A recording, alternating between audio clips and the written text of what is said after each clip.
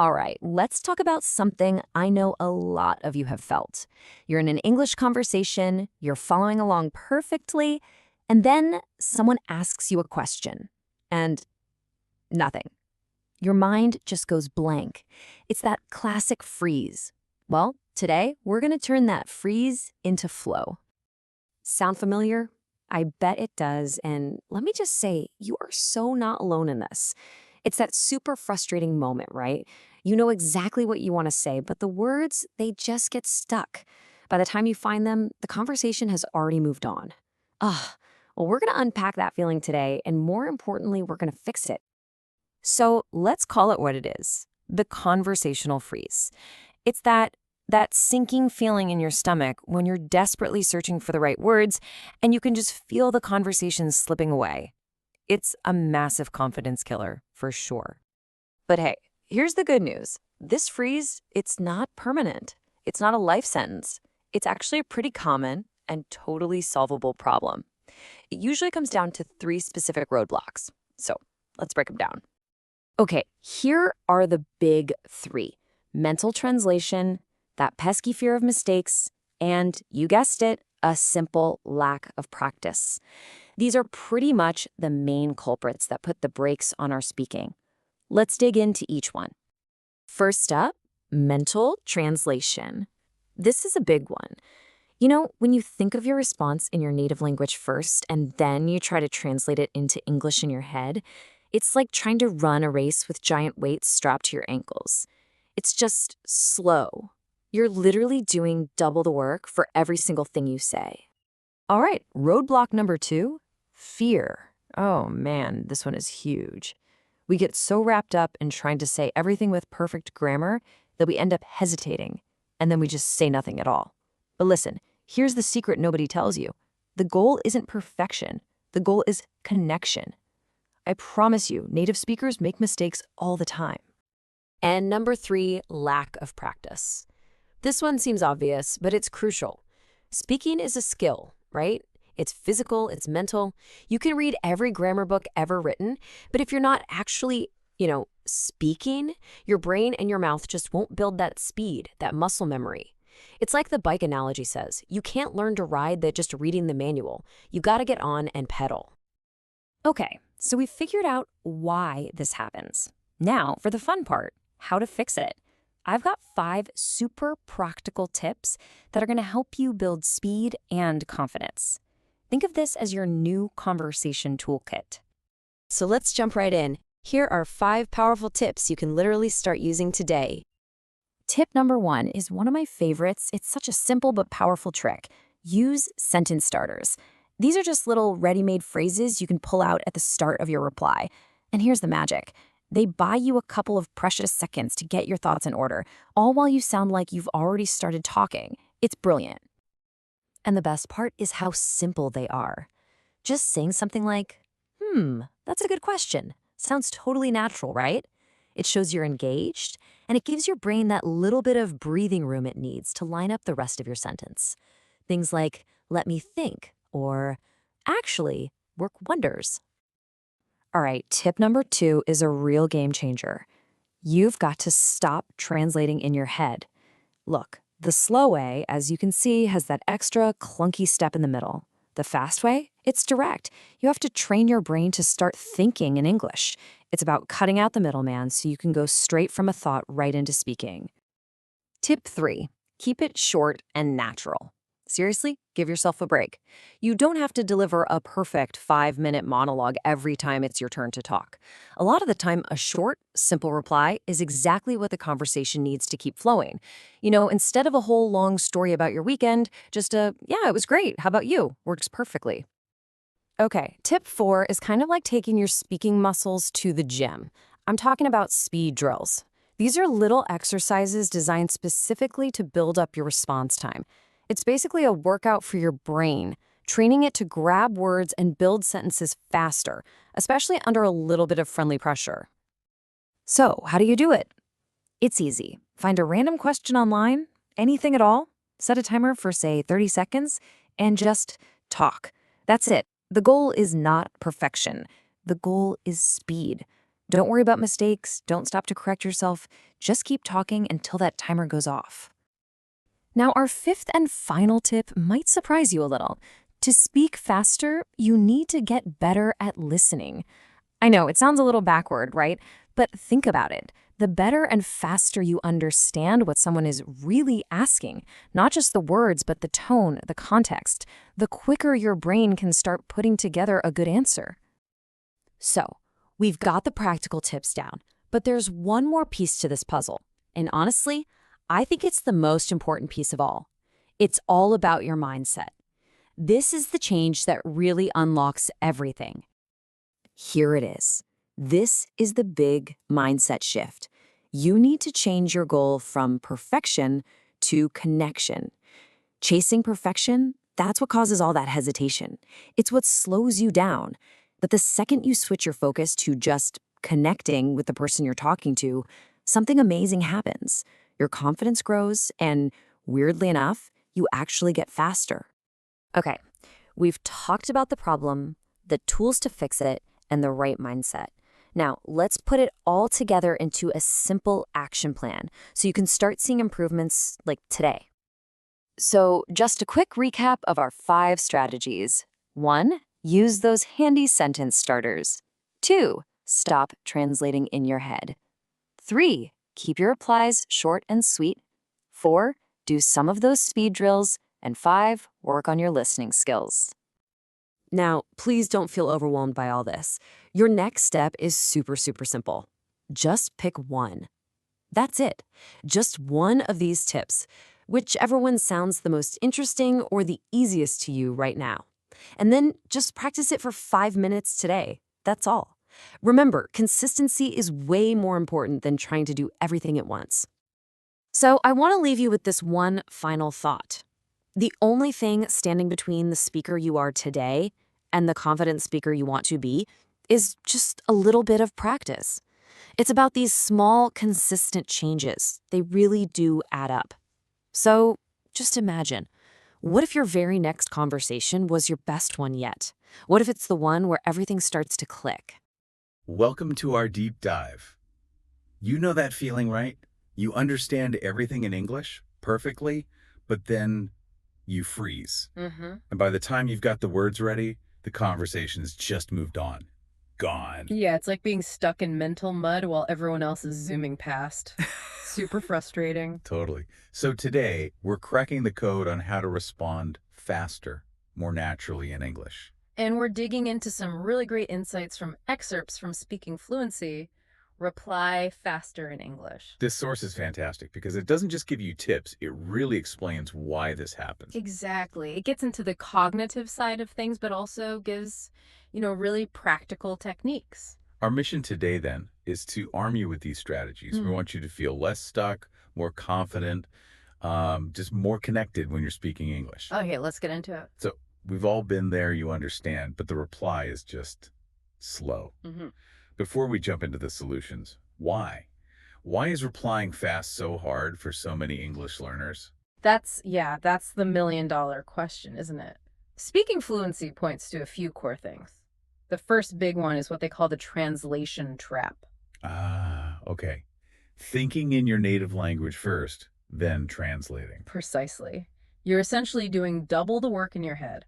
Thinking the thought, then converting it word by word, figuring out grammar. And that takes time. Serious time. It does, but the source actually highlights it's more than just time. It creates this huge cognitive bottleneck. A bottleneck? How so? Well, think about it. Your brain's juggling translation, grammar rules, finding the right vocabulary, maybe even worrying about pronunciation all at once. Right. That eats up your working memory. There's just less brain power left for actually, constructing the English sentence smoothly and quickly. So it's like running too many programs at once in a computer just slows everything down. Exactly like that. And while you're doing all that internal juggling, the moment to reply just slips away. Okay, that makes a lot of sense. Beyond that translation hurdle, what else?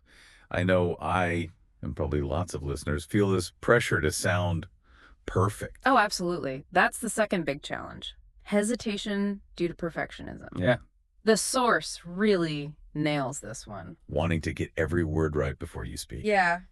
But here's the thing. In real conversations, perfection isn't the main goal. Connection is. Communication is. That's a great point. And think about native speakers. We use filler words. We sometimes stumble, maybe use slightly off grammar. It happens all the time. It's normal. So that fear of making a tiny mistake actually becomes a bigger barrier than the mistake itself would have been. Absolutely. It leads to that hesitation, that self-censorship, and that stops you from getting the very practice you need to improve. Which brings us to the third point, right? The simple lack of actual speaking practice. You got it. Lack of active speaking practice. Reading is great, writing helps, listening is crucial, but they aren't the same as speaking. Speaking fluency is clear. If you don't train your brain for the rapid fire back and forth of conversation, it just won't build those quick response pathways. It's like learning to ride a bike, isn't it? Exactly. You can read manuals, watch videos, but nothing replaces actually getting on the bike and, well, probably wobbling a bit at first. Agrees. Those wobbly starts. You need that kind of ugly practice to build the muscle memory. That's what the source calls building automaticity. Getting your brain to retrieve words and form sentences almost like a reflex with less conscious heavy lifting. So the takeaway here for anyone listening who feels slow is it's not you, it's not about talent. Not at all. It's about understanding these hurdles, the translation, the fear, the need for practice, and then using the right strategies.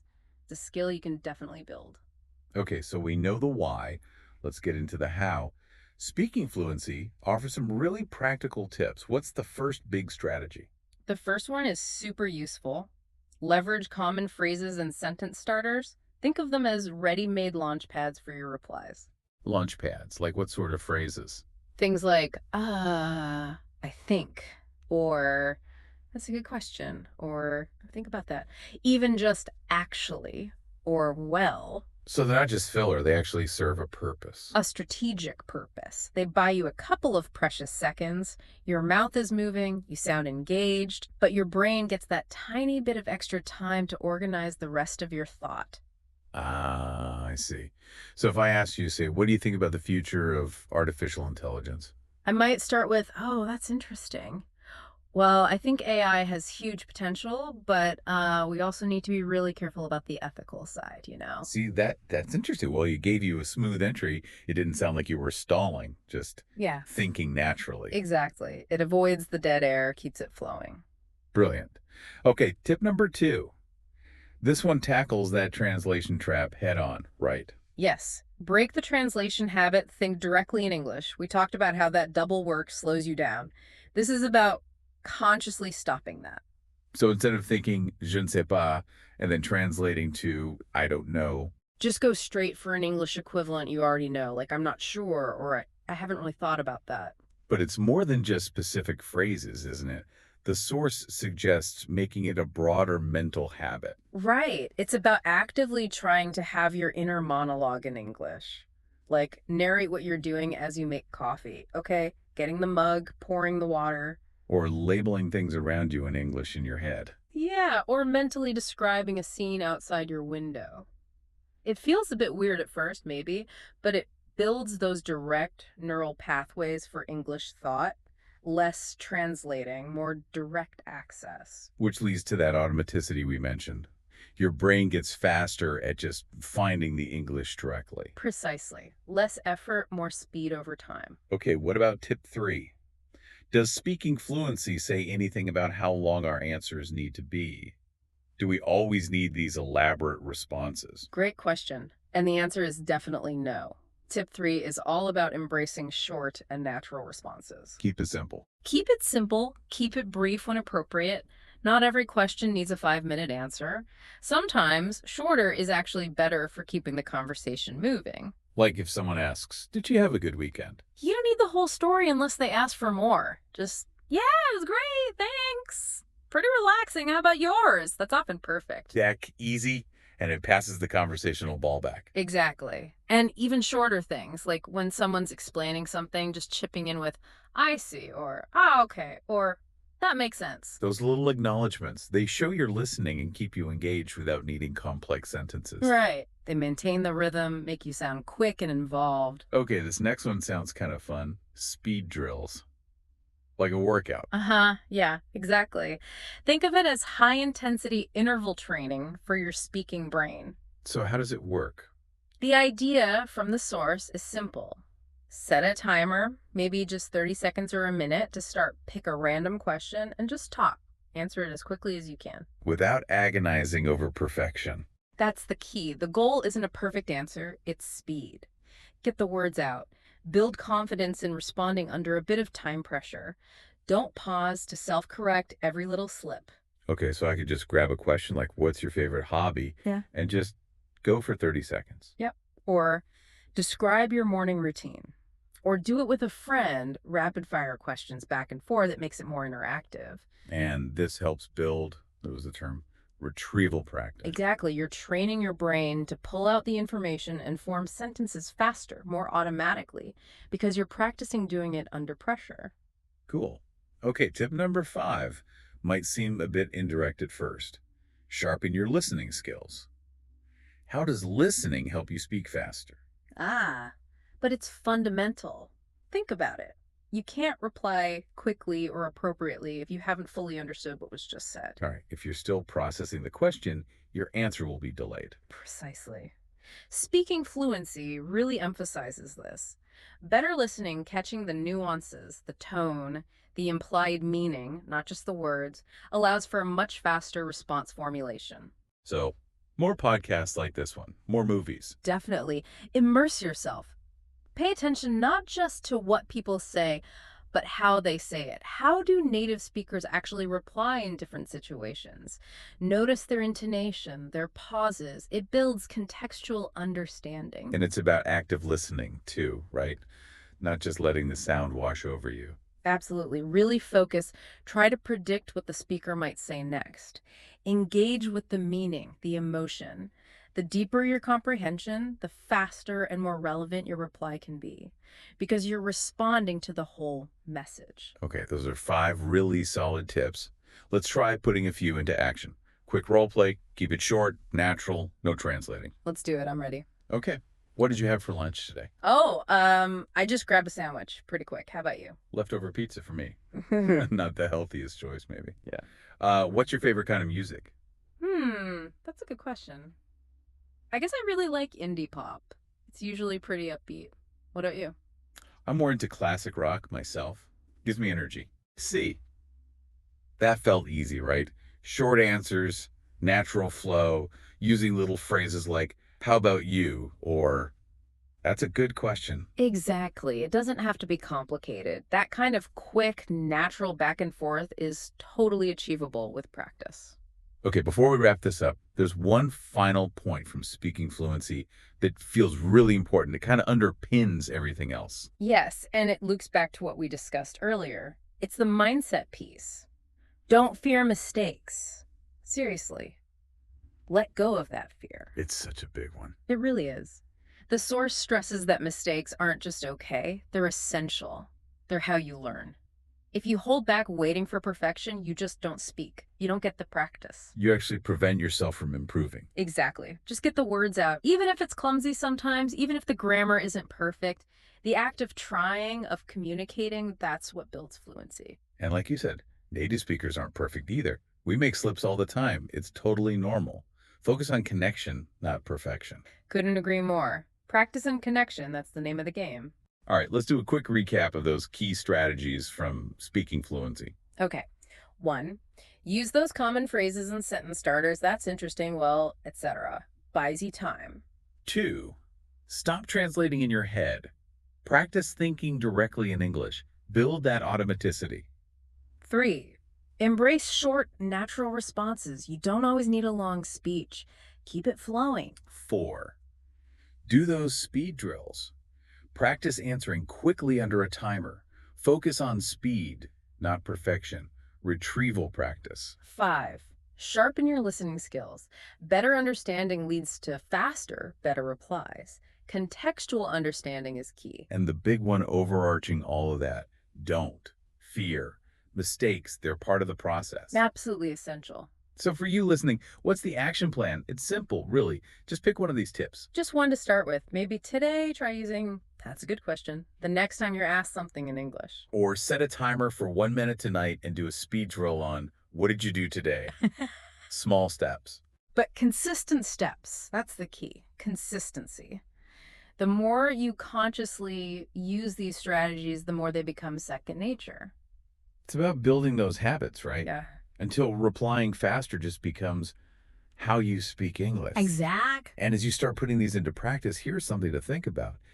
When you feel freer to respond, when that mental friction disappears, what might change? What new conversations might you have? What connections might you make? How could feeling more fluent impact your confidence?